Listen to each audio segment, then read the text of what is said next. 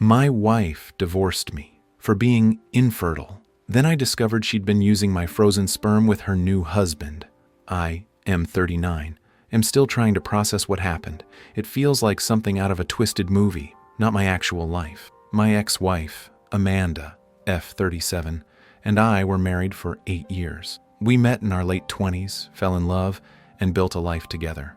Or so I thought. About 3 years into our marriage, we decided to start trying for a family. We were both excited, eager to become parents. But months turned into a year, and nothing happened. We started seeing doctors, undergoing tests. The news was devastating. The problem was me. Low sperm count, low motility. The doctor said our chances of conceiving naturally were practically zero. He suggested IVF, but even that was a long shot. I was crushed. I felt like less of a man. I felt like I was failing Amanda. She was initially supportive. She hugged me, told me it didn't matter, that she loved me no matter what. She said we'd figure it out, that we had options. We explored those options. We went to fertility clinics, consulted with specialists. We even started the initial steps of IVF, the hormone injections, the egg retrieval, the whole agonizing process. As a precaution, and at the clinic's recommendation, I froze several samples of my sperm. They said it was standard procedure in case my sperm count deteriorated further or in case we needed to try multiple rounds of IVF. But then, Amanda changed. She became distant, cold. She stopped initiating intimacy. She started picking fights, criticizing me for everything. She'd make snide comments about my inadequacy, about how I was letting her down. I tried to talk to her to understand what was going on, but she'd shut down, refused to communicate. She'd say I was being too sensitive, that I was imagining. The IVF attempts failed, one after another. Each failure was a blow, a reminder of my supposed inadequate. Then, about a year ago, Amanda dropped a bomb. She said she wanted a divorce. She said she couldn't handle the stress of infertility. She said she needed to be with could give her. She said she'd wasted enough time. She was brutal. She was cold. She was a stranger. Was devastated. I begged her to reconsider, to go to counseling, to try to work things out, but she was adamant. She'd already made up her mind. The divorce was quick and messy. She hired a shark of a lawyer who tried to take me for everything I had. Thankfully, I had a good lawyer too, and we managed to reach a relatively fair settlement, but the emotional toll was immense. I moved out of our house into a small apartment. I felt like a failure, like my life was over. I tried to move on. I focused on my work. I'm a graphic designer. I reconnected with old friends. I even started seeing a therapist, but the pain, the betrayal, it lingered. Then, a few weeks ago, I saw a post on social media. A mutual friend had shared a photo of Amanda. She was pregnant, very pregnant, and she was glowing. She was standing next to a man I'd never seen before, his arm around her, both of them smiling radiantly. The caption read, "So thrilled for Amanda and Mark. They're expecting a baby girl in June. Blessed a miracle baby." My stomach dropped. I felt like I'd been punched in the gut. Amanda had moved on. She'd found someone else. And she was pregnant. I felt a mix of emotion, anger, jealousy, sadness, and confusion. How could she be pregnant? She'd told me she wanted children, but she'd also said she couldn't handle the stress of fertility treatments. I started digging. I know, it's not healthy, but I couldn't help myself. I needed to know. I found Amanda's new husband's Facebook profile. Mark Peterson. He looked ordinary. Nice enough, I guess. I scrolled through their photos. They looked happy, in love. Then I saw it. A photo of them at a baby shower, and in the background, a banner. The banner read, "Welcome baby Peterson, conceived with love, and a little help from science. A little help from science." My blood ran cold. I started piecing things together. The timing, the pregnancy, the miracle baby hashtag, the banner, could it be, could she have? I contacted the fertility clinic we'd used, the one where I'd frozen my sperm. I explained the situation, told them I needed to know if Amanda had ever requested my samples. They were hesitant at first, citing privacy regulations, but I persisted. I explained that I suspected fraud, that I believed my ex-wife had used my sperm without my consent. After some back and forth and after consulting with their legal team, they finally agreed to check their records. A few days later, I received a call from the clinic director. "Mr. Johnson," she said, her voice grave. "I'm afraid I have some disturbing news." She confirmed my worst fears. Amanda had requested my frozen sperm samples after our divorce. She'd forged my signature on the release forms. She'd used my sperm to get pregnant with her new husband without my knowledge, without my consent. I was speechless. I felt like the world was spinning. She'd stolen my sperm. She'd used my genetic material to create a child with another man. It was a violation, a betrayal beyond anything I could have imagined. I'm still trying to process it all. I don't know what to do. I've contacted my lawyer, of course. We're exploring our legal options, but the legal side is only part of it. The emotional side, that's the real challenge. How do I deal with this? How do I move on from this? I feel like my life has been turned upside down. Again, I need advice. I need support. I don't even know what I need. Update 1. Thank you to everyone who responded to my original post. Your support and advice have been invaluable. I've read every comment and I'm taking your suggestions to heart. I've been in constant contact with my lawyer, Sarah Miller. No relation to the other Sarah in my life, thankfully. She's been amazing, compassionate, understanding, and fiercely determined to get justice. We've filed a lawsuit against Amanda and her husband, Mark Peterson. The charges are extensive. 1. Fraud, for forging my signature on the sperm bank release form. 2. Theft, for stealing my genetic material. 3. Breach of contract, for violating the terms of our divorce agreement, which included a clause about the frozen sperm, stating that it could only be used with my express written consent. 4th, intentional infliction of emotional distress, for the severe emotional trauma caused by their action. 5. Violation of medical privacy, for accessing my medical records without my authorization. We're also seeking a court order to establish my parental rights. I know it's a complicated situation, but I want to be a part of my child's life. I want to have a say in her upbringing. I want to be her father, even if she was conceived through deception. Ms. Miller has warned me that this will be a long, difficult, and emotionally draining process. She said that cases like this are rare and that the legal precedents are unclear, but she's confident that we have a strong case. The evidence is overwhelming. The forged documents, the clinic's records, the testimony of the clinic staff. Amanda and Mark have hired their own lawyer, a high-powered, aggressive attorney who specializes in family law. They're denying everything, of course. They're claiming that I did give Amanda permission to use my sperm, that I just forgot about it. They're saying that I'm being vindictive and jealous, that I'm trying to ruin their happiness. They're even claiming that I'm unstable and obsessed with Amanda, and that I'm a threat to their family. It's infuriating. It's insulting. It's absurd. But I'm not backing down. I'm not going to let them get away with this. The first court hearing is scheduled for next month. It's just a preliminary hearing to set the schedule for discovery and future proceedings, but it's a start. In the meantime, I'm trying to focus on my own well-being. I'm continuing to see my therapist, who's been a lifeline. I'm spending time with friends, trying to distract myself from the constant stress and anxiety. I've also started researching parental rights in cases of assisted reproduction. It's a complex and evolving area of law, and there are no easy answers. But I'm determined to fight for my rights, to fight for my child. I'll update again after the court hearing. Thank you again for your support. It means the world to me. Update 2. The first court hearing was a roller coaster. Amanda and Mark showed up with their lawyer, looking smug and confident. They avoided eye contact with me. My lawyer, Ms. Miller, presented our case clearly and concisely. She outlined the charges, presented the evidence, and argued for the establishment of my parental rights. Their lawyer, a slick, fast-talking guy named Mr. Thompson, tried to paint me as a bitter, vengeful ex-husband who was trying to sabotage Amanda's new life. He claimed that I was obsessed with Amanda, that I was unstable, and that I was a threat to their family. He argued that Amanda had verbally agreed to let her use the sperm, and that the written consent requirement was just a formality. Ms. Miller countered by presenting the forged documents, the clinic's records, and the testimony of the clinic director, who confirmed that Amanda had never mentioned any verbal agreement, and that the clinic's policy required written consent. The judge listened to both sides, asked a few questions, and then made a ruling. He ordered a paternity test. He said that, given the unusual circumstances of the case, it was necessary to establish beyond any doubt that I was the biological father of Amanda's child. He also granted my request for a temporary restraining order against Amanda and Mark, prohibiting them from contacting me or discussing the case with anyone outside of their legal team. The paternity test was nerve-wracking. I knew logically that I was the father. There was no other possibility, but there was still a tiny part of me that was afraid, that doubted. The results came back a week later. I was a match.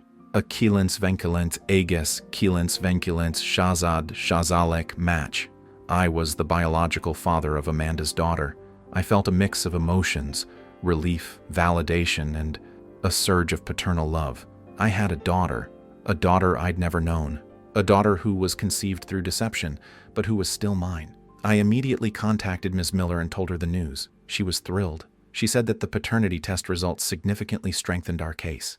She said that we would now move forward with the next phase of the legal battle, establishing my parental rights, determining custody and visitation, and seeking financial compensation for the fraud and emotional distress. But there was another twist.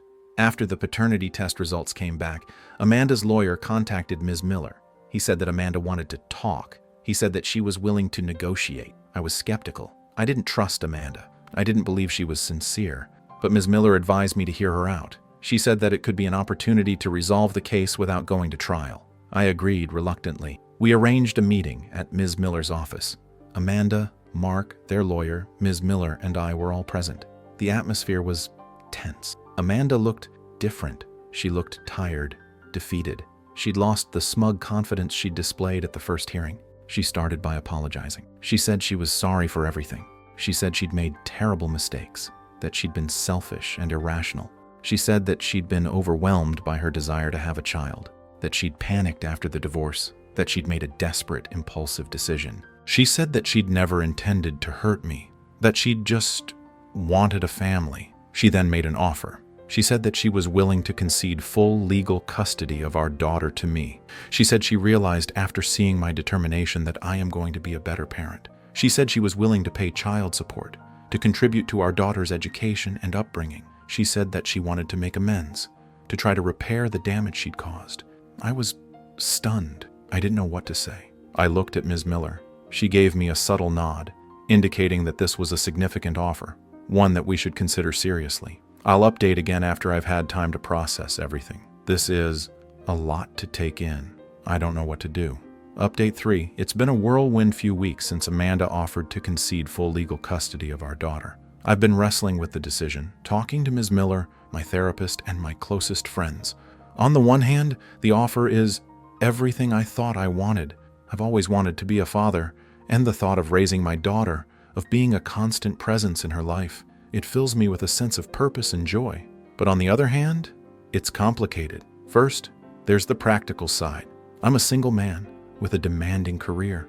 Raising a child on my own would be a huge challenge. I'd need to make significant changes to my lifestyle, my work schedule, my entire routine. Then, there's the emotional side. Can I truly forgive Amanda for what she did? Can I move past the betrayal, the deception, the sheer audacity of her actions?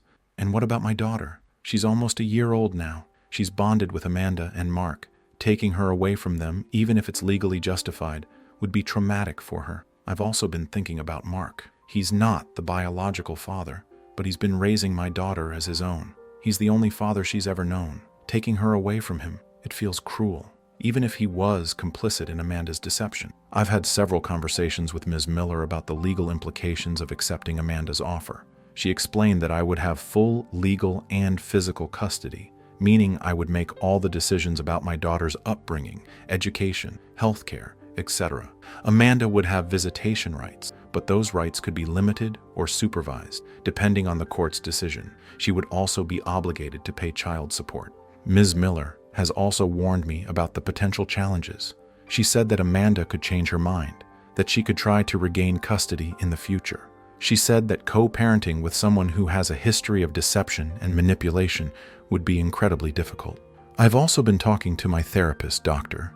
Lee, about the emotional aspects of the decision. He's helped me understand that it's okay to feel conflicted, to feel both anger and compassion, to feel both excitement and fear. He's encouraged me to focus on what's best for my daughter, to prioritize her well-being above all else. After weeks of agonizing deliberation, I've made a decision. I'm going to accept Amanda's offer. I'm going to fight for full legal custody of my daughter. It's not an easy decision.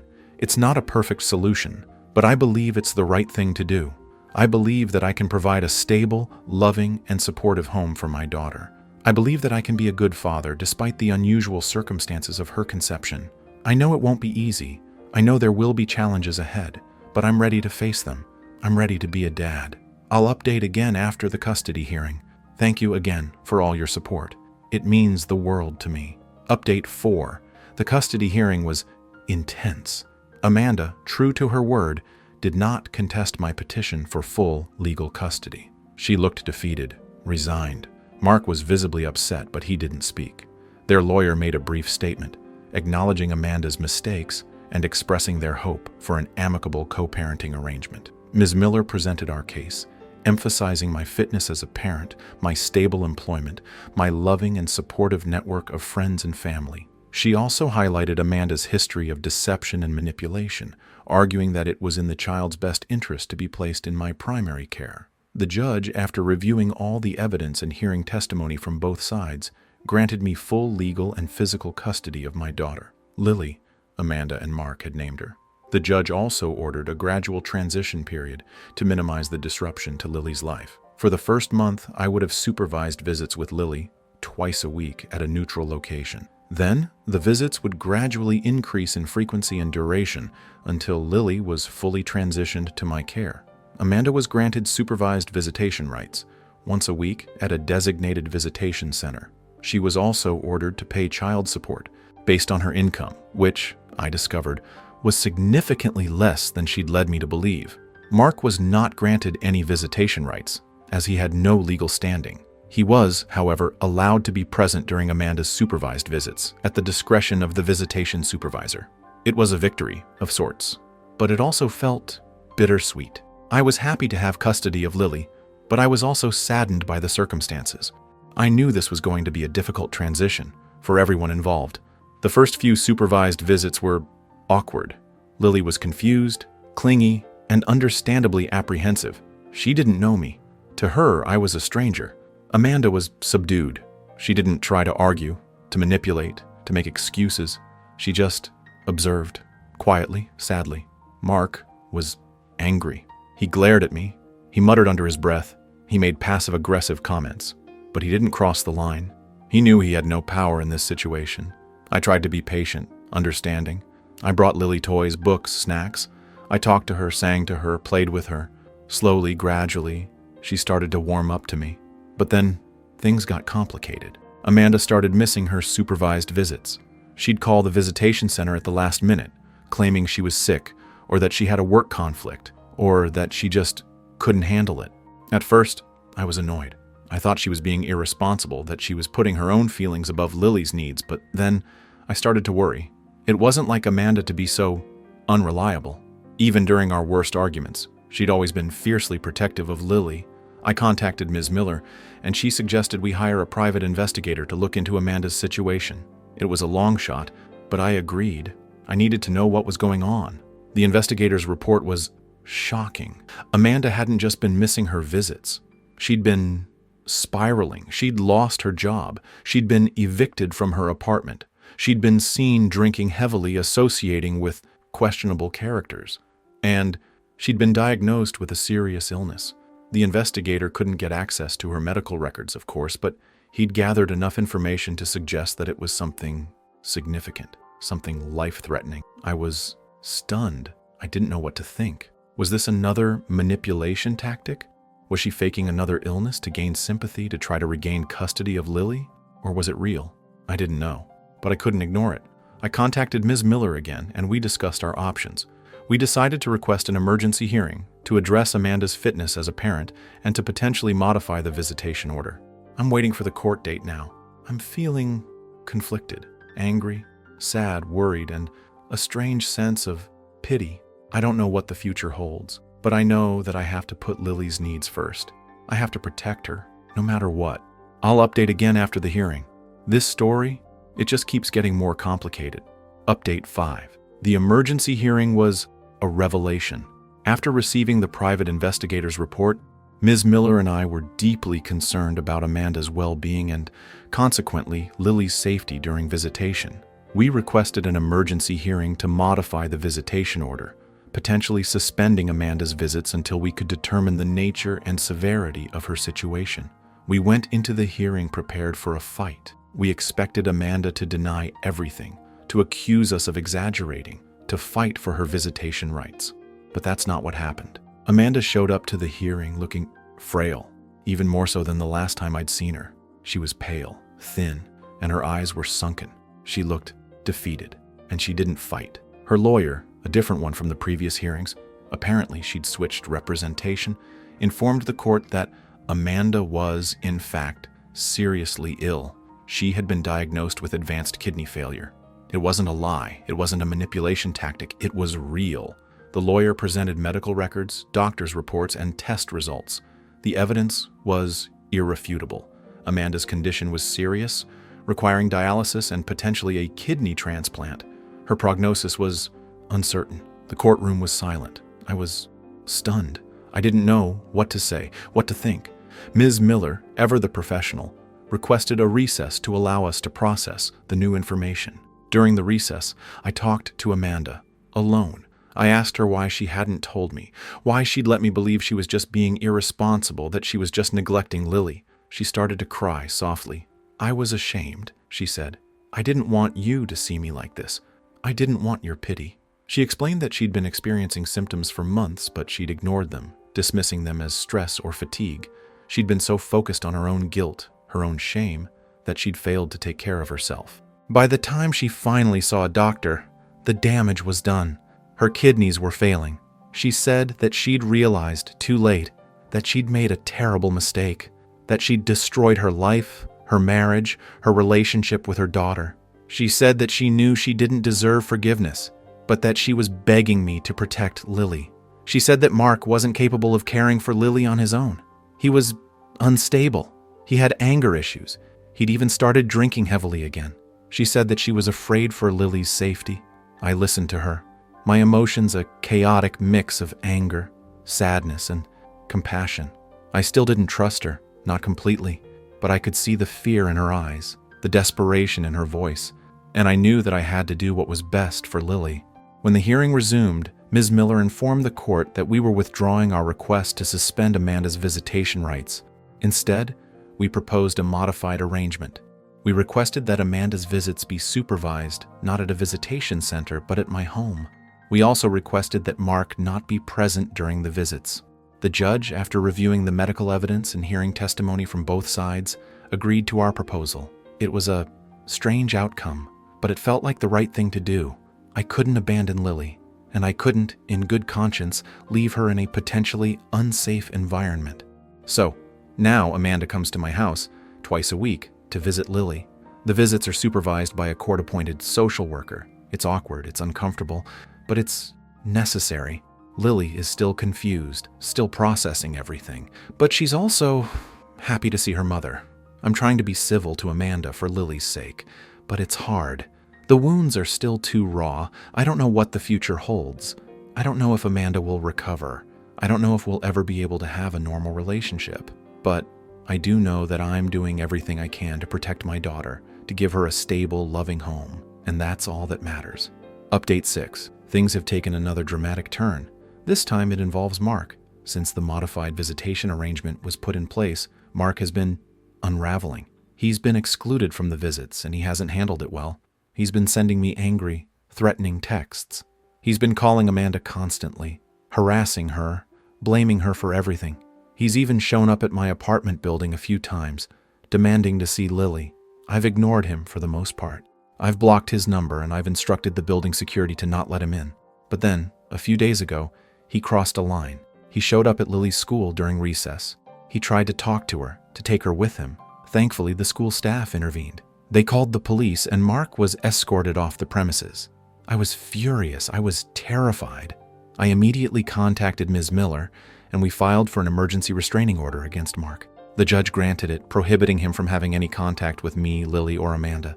But it didn't stop him. He started posting on social media, ranting about how I was stealing his daughter, how I was a monster, how I was destroying his family. He even posted photos of Lily, photos that he'd taken during the supervised visits before the restraining order was in place. It was a clear violation of the court order. Ms. Miller contacted the police, and they issued a warrant for Mark's arrest. But when they went to his apartment to serve the warrant, he was gone. He'd vanished. His car was gone. His belongings were gone. His phone was disconnected. He disappeared without a trace. The police are searching for him, but so far they've had no luck. Amanda is distraught. She's worried about Mark, but she's also terrified of him. She doesn't know what he's capable of. I'm worried too. I'm worried about Lily's safety, about my own safety. I've increased security at my apartment. I've installed security cameras. I've changed the locks. I've even hired a private security guard to escort me and Lily to and from school. It's an unsettling situation. I feel like I'm living in a constant state of fear, of uncertainty. I don't know where Mark is, what he's planning, or when he'll reappear, but I'm prepared. I'm not going to let him hurt my daughter. I'm not going to let him hurt me. I'll update again when there's more news.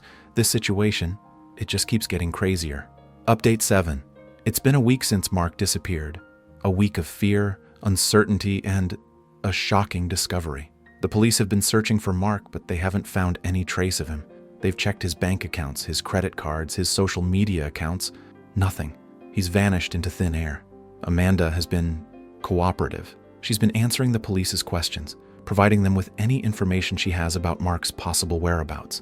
She seems genuinely concerned, but also afraid. Then, a few days ago, I received a call from a detective. He said they'd found something that might be connected to Mark's disappearance. They'd found his car, abandoned in a parking lot near the airport. Inside the car, they'd found a note, a suicide note, addressed to Amanda and to Lily. I went to the police station to read the note. It was heartbreaking, and it revealed a truth that I never expected. Mark wrote that he was sorry for everything, sorry for the pain he'd caused, for the mistakes he'd made. He wrote that he couldn't live with the guilt, the shame, the knowledge that he'd lost everything. He wrote that he loved Amanda, that he loved Lily, but that he couldn't face them anymore. And then he confessed. He confessed that he'd known about Amanda's plan to use my sperm all along. He confessed that he'd encouraged her, that he'd helped her forge the documents, that he'd even driven her to the clinic for the insemination procedure. He confessed that he'd been desperate for a child, that he'd been willing to do anything to have a family with Amanda. He confessed that he'd been jealous of me, of my success, of my relationship with Amanda. He confessed that he'd wanted to hurt me, to take something from me, to make me feel the pain he'd been feeling. He ended the note by saying that he was going to disappear, that he was going to end it all, that he couldn't live with the consequences of his actions. I sat there reading the note over and over again, my hands shaking. It was a confirmation of everything I'd suspected, but also a revelation. Mark hadn't just been complicit in Amanda's deception, he'd been an active participant. He'd been the driving force behind it, and now he was gone. The police are still searching for him, but they believe he's likely dead. They're treating the case as a probable suicide. Amanda is devastated. She's blaming herself, saying that she drove him to this, that she's responsible for his death. She's also terrified. She's afraid that Mark's confession will have legal consequences for her, that she'll face additional charges. I don't know what to think. I don't know what to feel. I'm angry at Mark for his deception, for his cruelty, for his cowardice. I'm sad for Amanda, for the pain she's going through, for the mistakes she's made. I'm worried about Lily, about the impact this will have on her, about the trauma she's already endured, and I'm confused. I don't know what to do. I don't know how to move forward. I've talked to Ms. Miller, and she's advised me to wait and see what the police investigation reveals. She said that Mark's confession could change the legal landscape, but that it's too early to tell how. I'm also talking to Dr. Lee, my therapist. He's helping me process my emotions, to make sense of this chaotic situation. He's encouraged me to focus on Lily, to prioritize her well-being, to make decisions that are in her best interest. And that's what I'm trying to do. But it's hard. It's so hard. I'll update one last time, soon. That's all for this story. I'll be back with another one. If you haven't already, please consider subscribing to the channel. It motivates me to create more content like this.